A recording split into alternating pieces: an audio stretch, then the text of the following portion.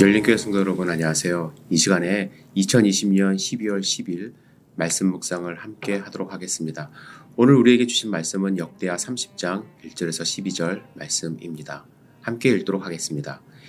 히스기야가 온 이스라엘과 유다의 사람을 보내고 또 에브라임과 므낫세의 편지를 보내어 예루살렘 여호와의 전에 와서 이스라엘 하나님 여호와를 위하여 유월절을 지키라 하니라. 왕이 방백들과 예루살렘 온 회중과 더불어 의논하고 둘째 달에 유월절을 지키려 하였으니 이는 성결하게 한 제사장들이 부족하고 백성도 예루살렘에 모이지 못하였으므로 그 정한 때에 지킬 수 없었음이라. 왕과 온 회중이 이 일을 좋게 여기고 드디어 왕이 명령을 내려 부엘세바에서부터 단까지 온 이스라엘에 공포하여 일제히 예루살렘으로 와서 이스라엘 하나님 여호와의 유월절을 지키라 하니 이는 기록한 규례대로 오랫동안 지키지 못하였음이더라. 보발꾼들이 왕과 방백들의 편지를 받아가지고 왕의 명령을 따라 온 이스라엘과 유다에 두루 다니며 전하니 일러스되 이스라엘 자손들아 너희는 아브라함과 이삭과 이스라엘의 하나님 여호와께로 돌아오라. 그리하면 그가 너희 남은 자 곧 아수르 왕의 손에서 벗어난 자에게로 돌아오시리라. 너희 조상들과 너희 형제 같이 하지 말라. 그들은 그의 조상들의 하나님 여호와께 범죄하였으므로 여호와께서 멸망하도록 버려두신 것을 너희가 똑똑히 보는 바니라. 그런즉 너희 조상들 같이 목을 곧게 하지 말고 여호와께 돌아와 영원히 거룩하게 하신 전에 들어가서 너희 하나님 여호와를 섬겨 그의 진노가 너희에게서 떠나게 하라. 너희가 만일 여호와께 돌아오면 너희 형제들과 너희 자녀가 사로잡은 자들에게서 자비를 입어 다시 이 땅으로 돌아오리라. 너희 하나님 여호와는 은혜로우시고 자비하신지라. 너희가 그에게로 돌아오면 그의 얼굴을 너희에게서 돌이키지 아니하시리라 하였더라. 보발꾼이 에브라임과 므낫세 지방 각 성읍으로 두루 다녀서 스불론까지 이르렀으나 사람들이 그들을 조롱하며 비웃었더라. 그러나 아셀과 므낫세와 스불론 중에서 몇 사람이 스스로 겸비한 마음으로 예루살렘에 이르렀고 하나님이 또한 유다 사람들을 감동시키사 그들에게 왕과 방백들이 여호와의 말씀대로 전한 명령을 한 마음으로 준행하게 하셨더라.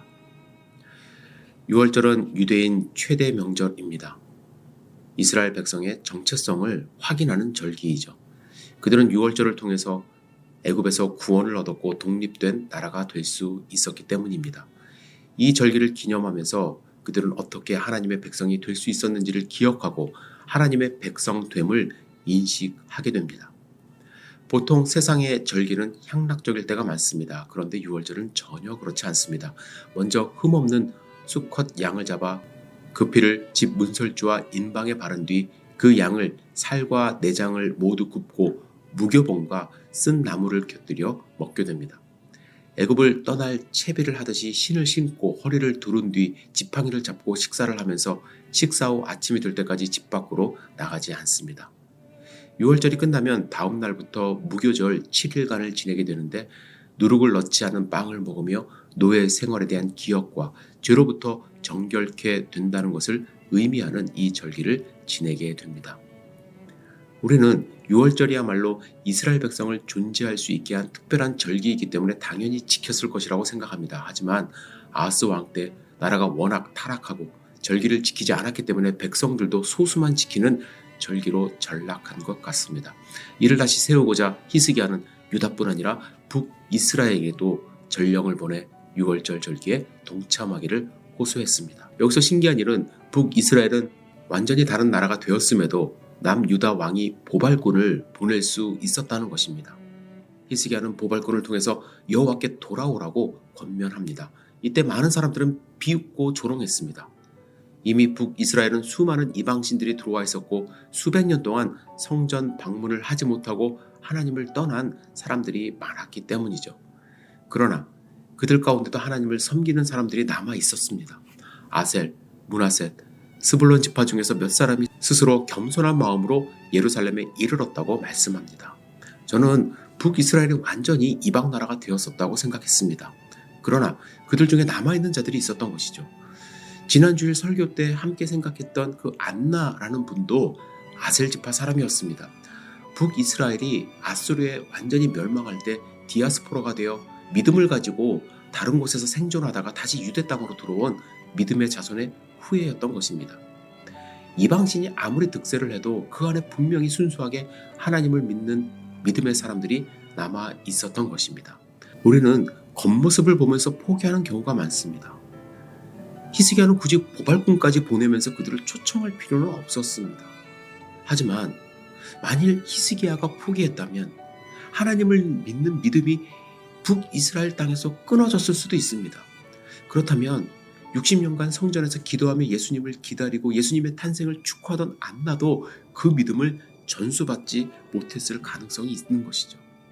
저는 오늘 본문을 통해서 보발꾼의 역할을 생각해 봅니다. 그들은 가까운 에브라임 근처에서만 초청장을 전한 것이 아닙니다. 끝에 있는 아셀 지파까지, 스불론까지 그 소식을 전했습니다. 보발꾼들은 조롱을 당했음에도 끝까지 소식을 전한 것이죠. 그 결과 사람들이 예루살렘에 올 수 있었고 유월절을 지킬 수 있었습니다. 여러분과 저는 이 보발꾼으로 부르심을 받았습니다. 우리가 할 수 있는 것은 무엇입니까? 왕대신 하나님의 명령을 받고 끝까지 하나님의 소식을 전하는 것입니다. 세상 사람들이 조롱할 수 있고 또 세상 사람들이 비웃더라도 묵묵히 우리의 말씀을 전할 때 우리의 눈으로는 보이지 않는 믿음의 사람들이 하나님께로 돌아와 하나님께 예배할 수 있게 되는 것입니다. 저는 그 보발꾼으로 인하여 북이스라엘 사람들의 믿음이 끊어지지 않고 계속해서 이어져 왔고 또 예수님의 탄생을 지켜본 안나에게 전수되었을 뿐만 아니라 지금까지 우리에게 이어지고 있다고 생각합니다. 보발꾼이 필요합니다. 여러분, 하나님의 보발꾼이 되시기를 주님의 이름으로 축복합니다. 주님, 하나님을 섬기는 절기를 회복하고자 노력하는 히스기야의 모습도 중요하지만 그의 명령을 붙들고 조롱과 비난 속에서도 끝까지 왕의 소식을 전한 보발꾼들의 역할을 생각해 보았습니다. 우리가 주님의 말씀을 들고 나아가는 보발꾼이 될 수 있도록 축복하여 주시옵소서. 예수님의 이름으로 기도드렸사옵나이다.